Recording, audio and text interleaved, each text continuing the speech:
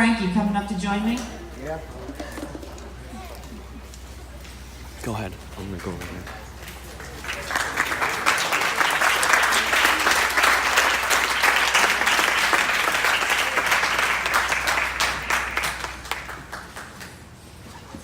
Thank you. Okay. I brought my one-armed producer with me. All right, so just introduce your one-arm producer. I'm Frank Carr. All right, so I get to watch all the films, so I love the fact that I get to do that. And obviously this is a local story to New Jersey, so that adds something additional to it. But what was the inspiration? How did you meet QT? Do you work with him? You know, where did this story come from? My brother, who's somewhere over there in the back, well, Back. the other, the way back one, yeah. He actually worked out with him in a fitness center in Orlando, and they went out a couple times, like acquaintances and whatnot. And then fast forward a couple years later, there's a WWE tryout thing, whatever. So I ended up talking to him, seeing if he can get me to connect, because I wanted to write for the WWE as a bucket list type thing, you know?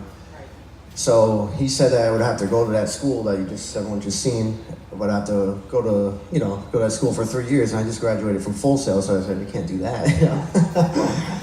So we end up going to the Monster Factory to talk to Mike about that situation, and he said, like he said about that with the school, and I said I can't. So then he suggested, what if we just do like a documentary? So within a week or two, we got the ball rolling and got the equipment and just started following him around. I didn't even know the guy. But now you really know him.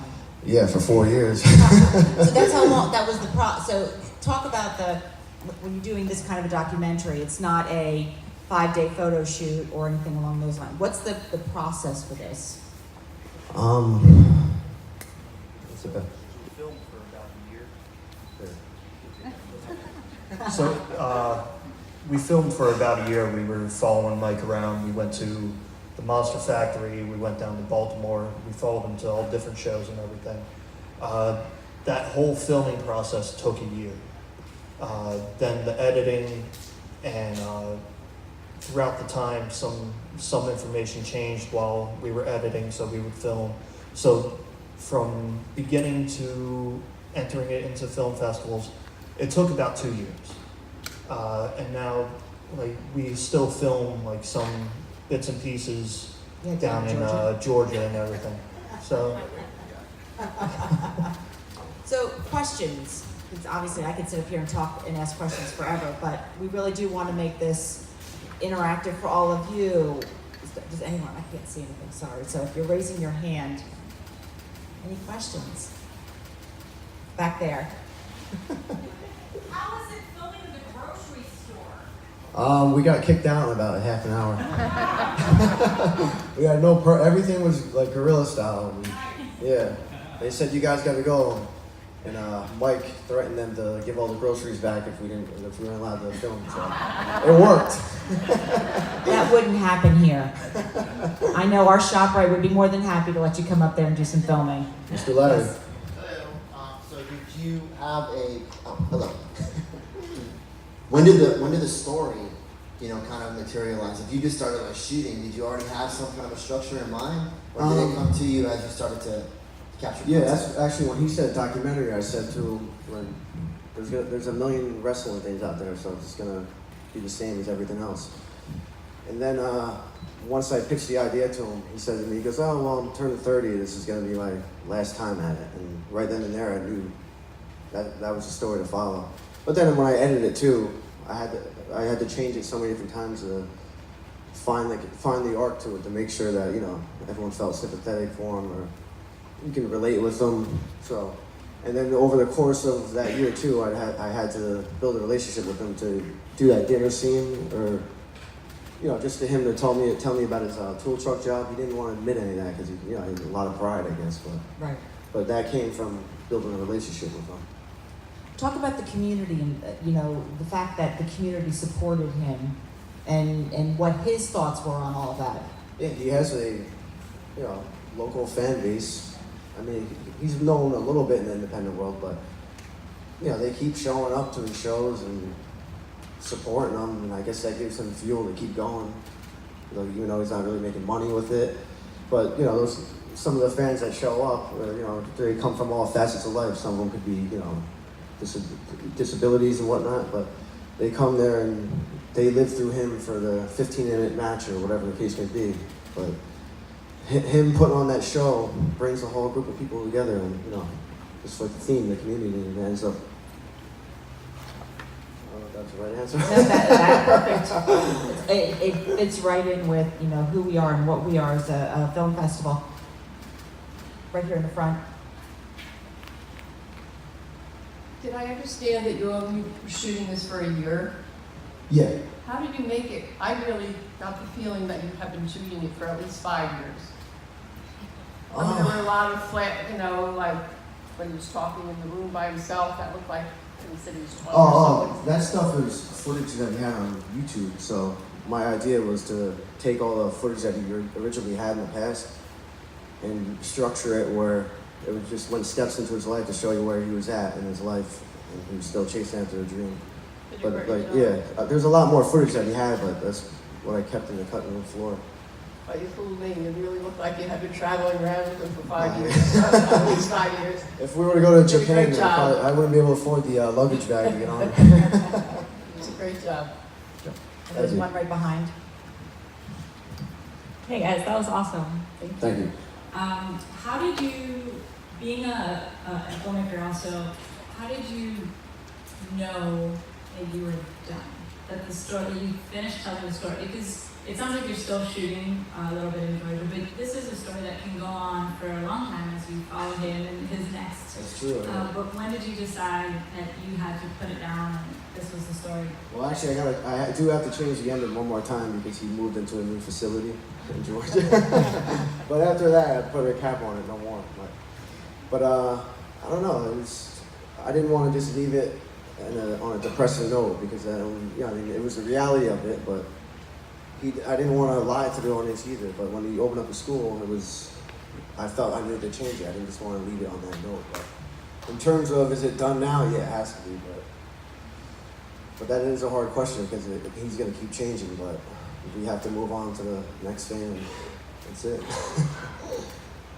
So this is the shameless plug for Full Sail University. Tell us about your experience there as a student, because obviously, you know, we may have some young budding filmmakers who are interested. We've got the amazing truck here. Yeah. How did Full Sail prepare you to do what you're doing? Everything's fast paced, the long days, and no breaks and all that.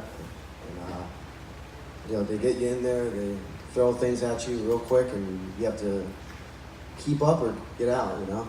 So Larry knows, right, Larry? That's how they do it, right? But yeah, I mean, they teach you how to use the equipment and stuff like that, and you know, everything's the same to an extent, just with different cameras or whatever. Right. But and then it also teaches you a lot too, which most people don't get out of it, but I got out of it, is just dealing with different personalities. Because you know, I had to meet all these different people, and contact just to get these shots that I needed, and you know, that works from just building relationships with people too. But learning how to deal with personalities is a huge thing that'll teach you, because it throws you in with, say there's 70 kids in the class, every person is different, so you have to be able to adapt and adjust to every person in that classroom. So. Other questions? Let's see. I have one. Oh, right up here in the front. So, what inspired you to become a filmmaker?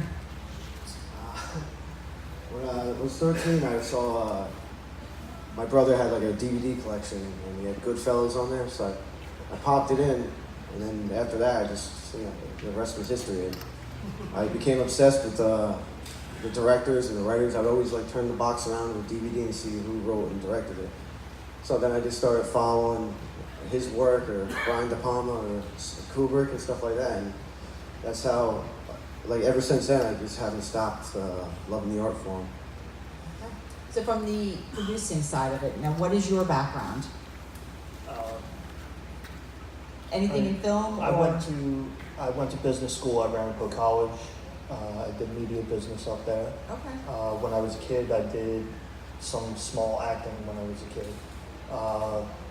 But I've always been interested in film and everything. And when I met Frank and his brothers, they used to do like small little films like outside and everything, and we'd all just throw everything together and do it. So I've been supporting him and following him around for years now. Providing the money. And I bullied him to swipe his credit card a few times. We did watch a movie last year about swiping of the credit card quite a bit. What other projects do you have on the horizon? One that we're doing now, we're looking for the funding for it. My brother in the back again, that set the original up. He has, I'm probably going to butcher the word, but he has multiple sclerosis. Mm-hmm. He's been diagnosed with that last year. So believe it or not, he's boxing right now, even though the doctor told him not to. But we've been getting UFC fighters and boxers and whatnot to campaign on it and support us. So we're trying to, that's another community type deal, Right. And he's gonna box and with his MS and go from there. So Yeah. you're going to focus more on the documentary, not... No, is that I want your to do passion? that. I have a script on human trafficking and stuff like that. I have. We had one of those last year too. Oh, I think I saw that actually. Yeah. I didn't see it, but I saw the. So you got some stuff to for the next year. We're trying. All right. Other questions? Yes. Just one quick question. Did you get feedback from QT after he watched the film, or did you watch it with him when it was complete? Yeah, actually, that's a good question. I wanted to make sure before I let it out and to everybody see it if he approved of it first. I didn't want to, backdoor him or anything like that. And he wrote me back. I almost cried. So all right, I guess that's good enough to. That's the answer. Yeah. So, but he's been a good guy all the way through it. We've worked well together through this whole time. He's going to talk you into maybe doing a part 2. Yeah, I'm gonna block his phone number. I don't want to see wrestling ever again after this. So that's an interesting point. How much did you have to know about wrestling before you started? Did you have to research Oh that? no, all jokes aside though, I'm actually a huge wrestling fan, so. Okay. Yeah. So you already knew. For me, Yeah. I wouldn't know anything about it. So would I need to research to do a documentary on it? Or is it something I can just, I'm going to do this documentary? Yeah. Is the research required is really, I guess, the question. That this one you're working on with the boxing and the MS, are you doing the research to really understand? Well, I always do research no matter what, yeah. I always look things up that, that I need to and whatnot. But the boxing thing's that's always been a part of our lives growing up. Okay. So, but yeah, with anything though, like even with the human trafficking script, I researched like crazy to finalize it, so. There's a lot of research on that. Yeah. All right. Well, thank you so much for Thank you, coming. Janice. I Thank you for appreciate it. supporting the film festival and being part of it with us. Thanks, everyone. How many brothers are there? There's 4 altogether. Oh, okay. Are you all involved? Yeah, actually. Okay, we the just one have brother 2 that's not minutes here before we start the did next all the film, sound. so